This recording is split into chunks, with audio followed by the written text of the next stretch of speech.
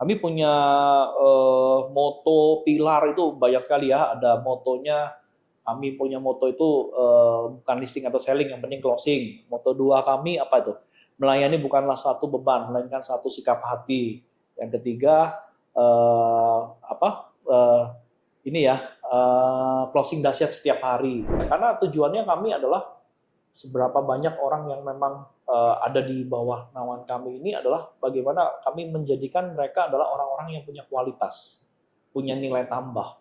Ya, tujuannya apa? Mereka bisa jadi berkat di tempat mereka, menjadi seorang agent ataupun broker properti yang yaitu punya knowledge baik, ya skill yang cukup baik. Nah, kalau Timur sekarang sedang berkembang. Nah, kalau investasi bagusnya yang daerah yang berkembang nih.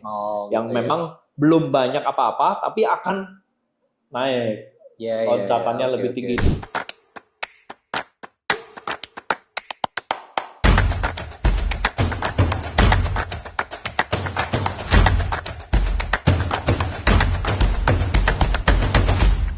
Halo Happiest People, ketemu lagi bersama saya dalam acara Ngobrol bareng Gunawan Lawa. Hari ini kita kedatangan tamu yang luar biasa, anak milenial, masih muda, ganteng banget. Tapi pasti nggak nyangka kalau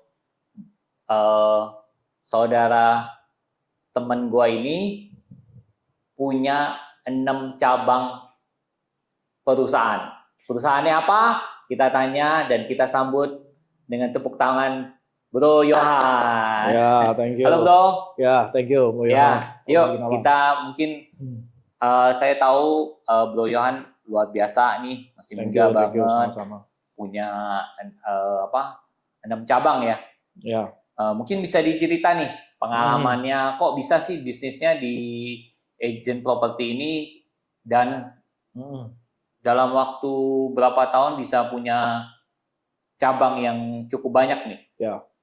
Oke, ya, salam kenal semuanya. Ya, kenalkan saya Yohan Yan. Saya Principal Century 21 Metro Group ya. Ya, memang berawal dari waktu itu 2008, saya ingat. Di situ saya ikut salah satu seminar keuangan di salah satu gereja tempat saya beribadah. Dan di situ saya dapat banyak hal ya, terutama untuk mindset saya yang mulai diubahkan.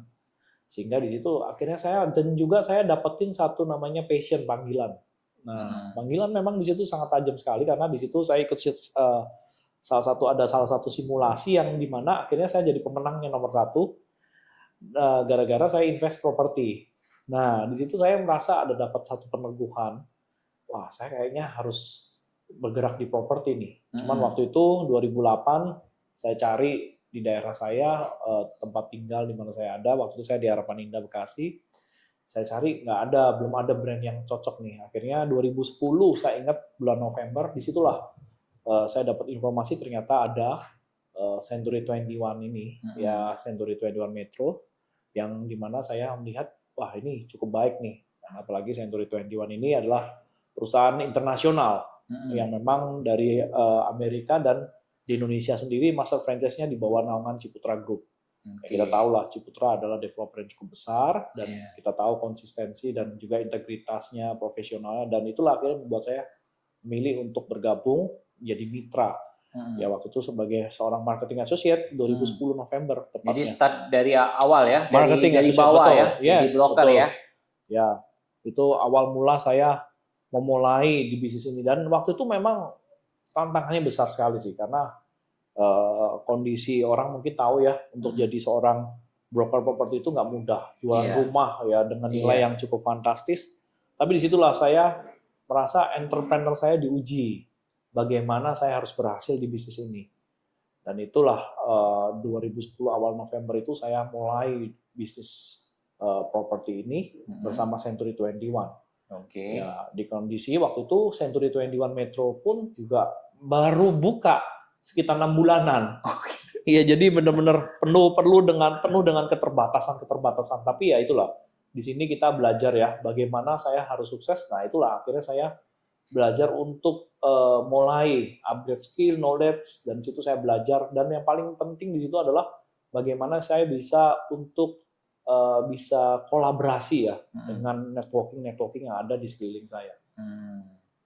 Itu kurang lebih seperti itu. Dan itulah saya akhirnya merasa waktu di awal tahun pertama itu saya ngalamin banyak hal yang luar biasa, transaksi saya terus naik ya, setiap bulan selalu closing, dan saya melihat ini tepat nih, kayaknya nih saya di sini saya dapat panggilan karena saya merasa enjoy. Ya, panggilan itu kan, passion itu mulainya ketika kita menikmati sebuah pekerjaan itu ya. Yes. Tantangan yang besar apapun saya enjoy, menikmati, nggak ada beban, nggak ada masalah, dan di situ saya merasa saya menemukan sebuah panggilan saya nih. Wah, di sini ketemu banyak orang, dan saya melihat, wah ini kayaknya saya bisa banyak sharing sama mereka-mereka. Bahkan di situ saya banyak melakukan banyak hal ya, khususnya menolong.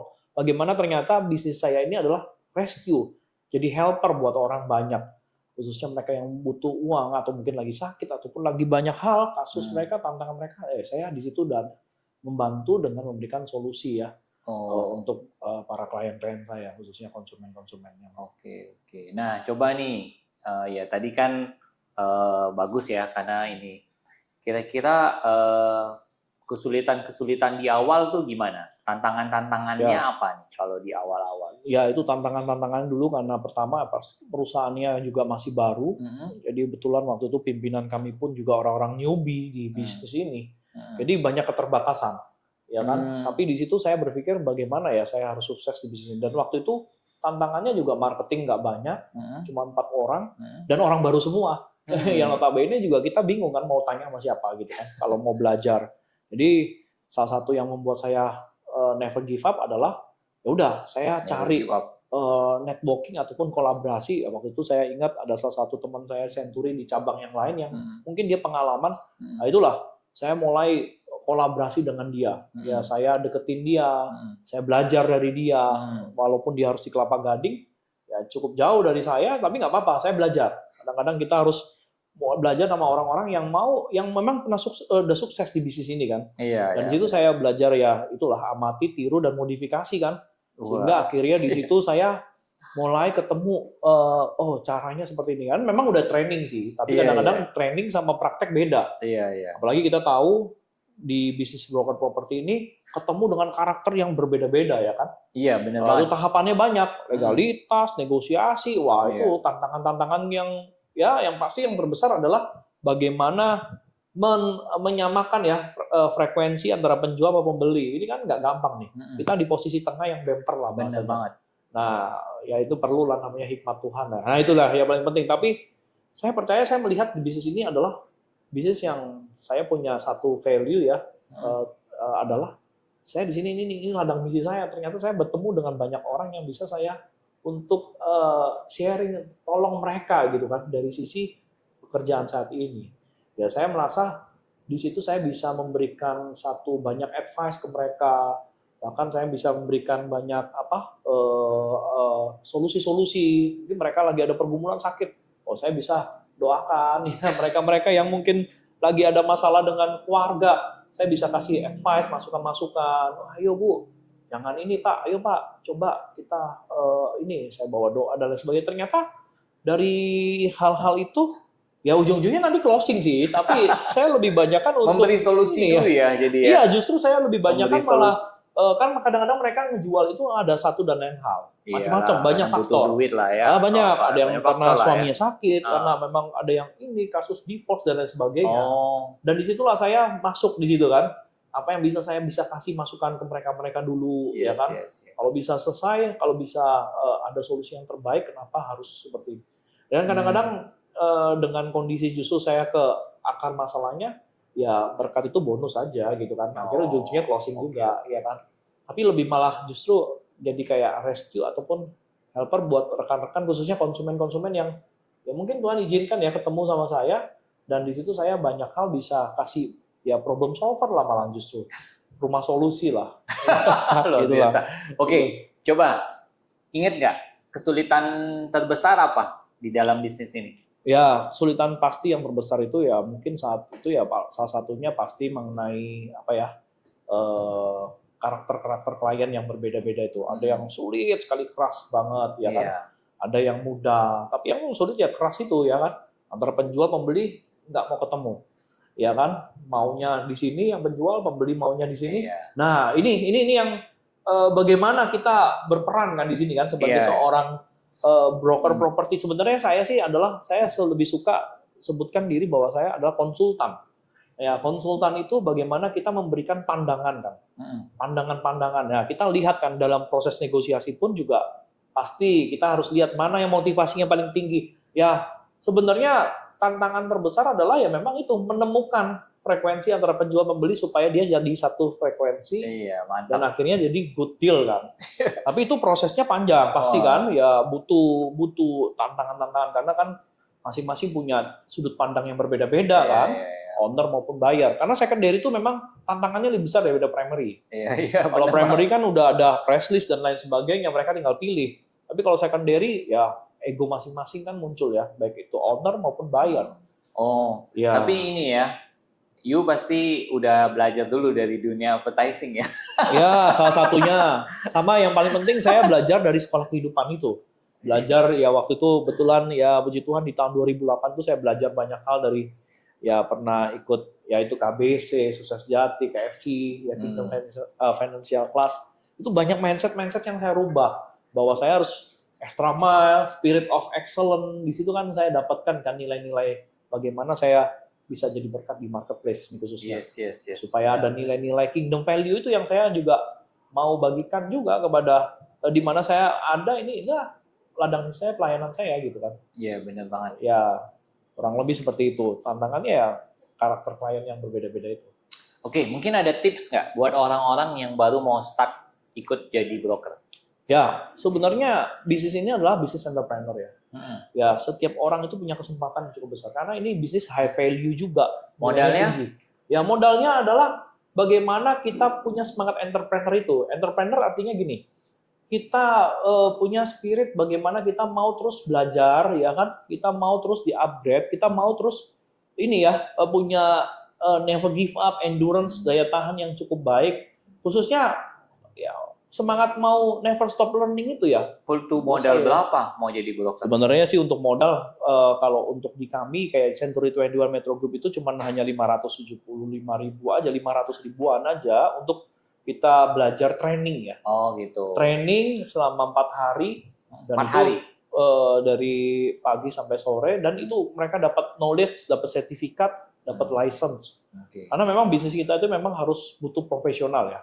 Kalau enggak kasihan karena kita bukan maklar. Kalau maklar itu kan cuma ketemuin penjual pembeli langsung jadi selesai. Tapi kita kan mengarahkan dari sisi finance dan lain sebagainya. Nah, kalau saya mau tanya, kalau misalnya ya ini kan tadi segi broker ya. Nah, kalau sekarang segi secara prinsipal, kalau modal untuk mulai usaha jadi kita bisa buka cabang satu Century 21 berapa kira-kira? Ya kurang lebih average ya bangsa sekitar 500-an lah ya. 500-an juta ya. 500 juta. Nah itu memang kondisi di lapangan. Memang kalau tantangannya beda-beda nih antara marketing associate sama kayak saya sekarang jadi principal. Karena sekarang saya lebih ke business people nih.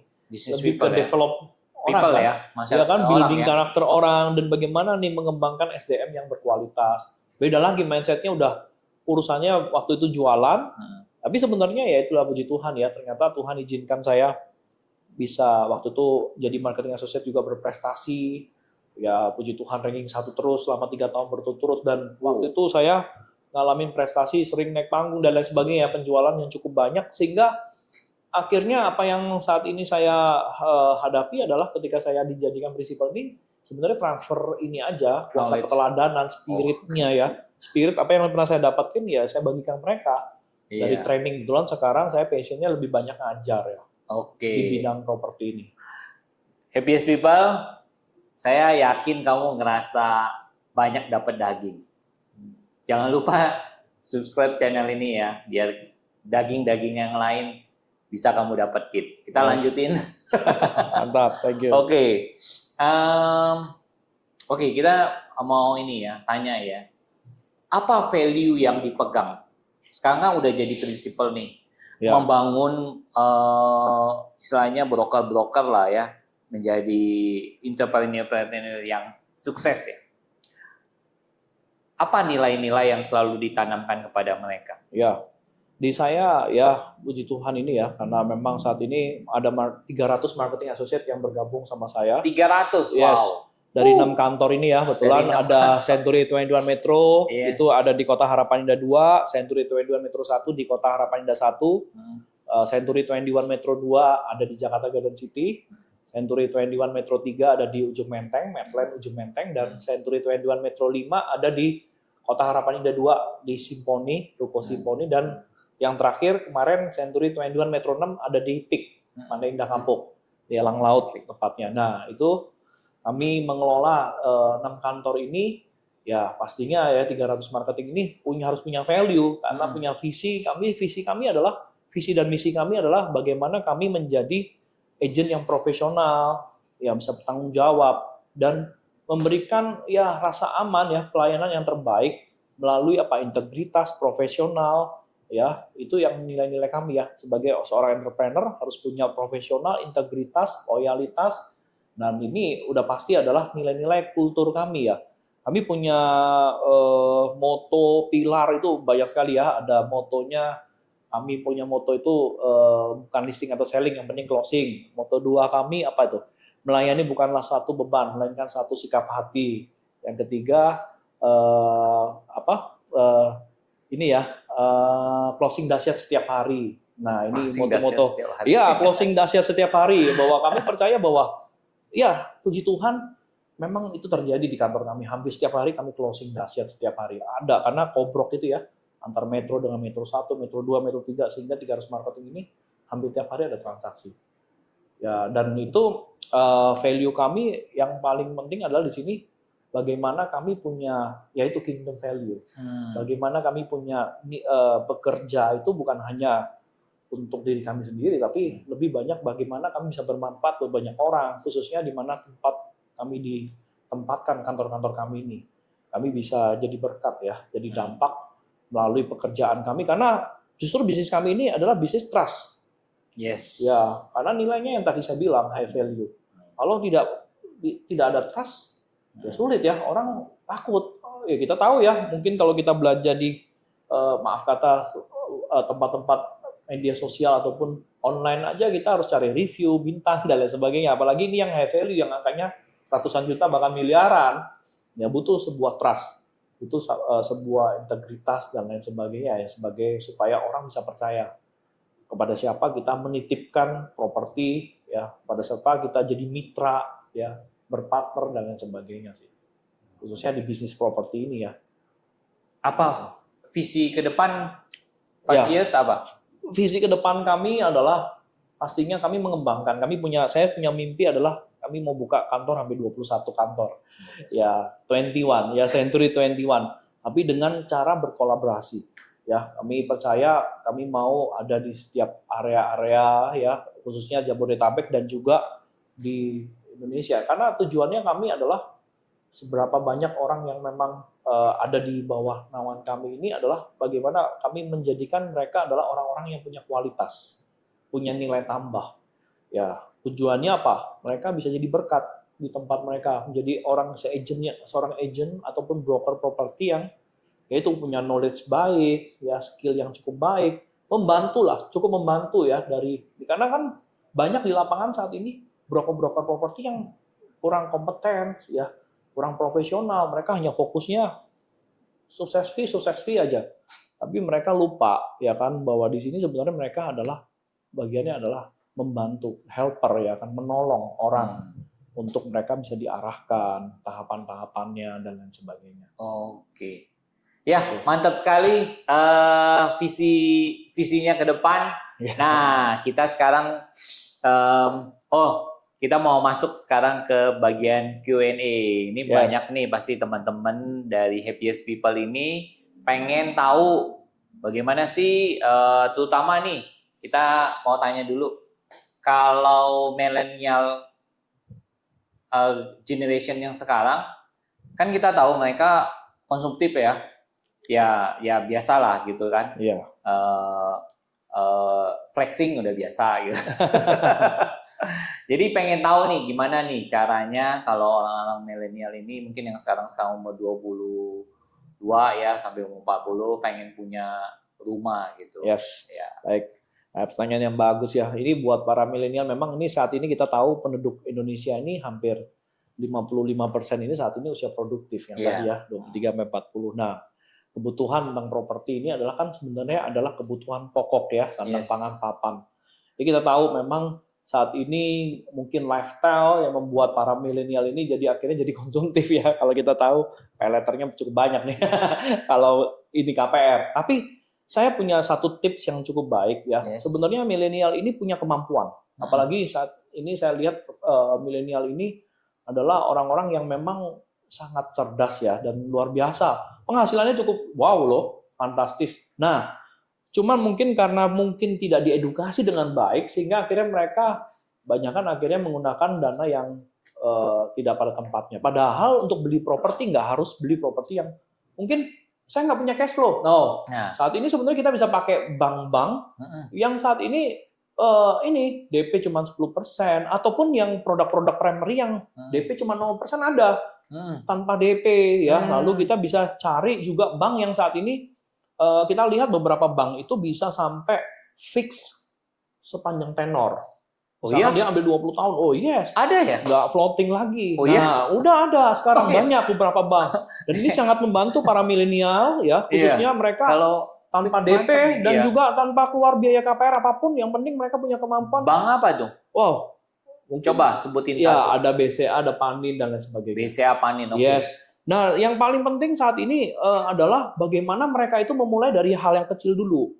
Biasanya saya arahkan para milenial ini beli properti yang harga 200-100 itu masih banyak di daerah pinggiran, walaupun memang mereka nggak tempatin, tapi sebagai ini kayak ngumpulin cash flow, ya kan? Jadi nanti dia cicil selama mungkin berapa tahun, nanti rumah itu dijual, harga naik kan, properti kan naik kan, terus naik. Benar. Mungkin dia dulu beli cuma 150 atau 200, tiba-tiba nanti 5 tahun kemudian jadi 400. Nah, dia jual dan itu nanti kan jadi cash flow untuk dia beli rumah yang memang dia akan huni. Mungkin mau beli yang harga 1M dan lain sebagainya. Itu banyak kan saya kasih trik seperti itu. Banyak orang mereka berpikir, wah saya harus beli yang 1M dulu. Wah itu 1M mungkin terlalu besar, cicilannya terlalu banyak. Nah, kenapa kita nggak mulai dari itu? Nanti ketika akhirnya waktunya tiba kita ini, ya udah kita beli dari rumah yang kecil itu. Kita ini nyambung ke pertanyaan kedua.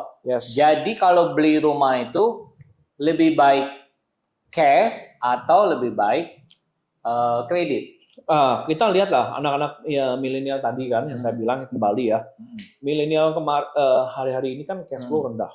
Ya, jadi pasti mereka banyak kan lebih ke KPR. KPR ya, jadi kredit KPR aja ya. Oke, nggak masalah. Justru kita sekarang baik primary maupun secondary, lebih tepatnya primary ya, banyak developer-developer yang memberikan program subsidi 0%.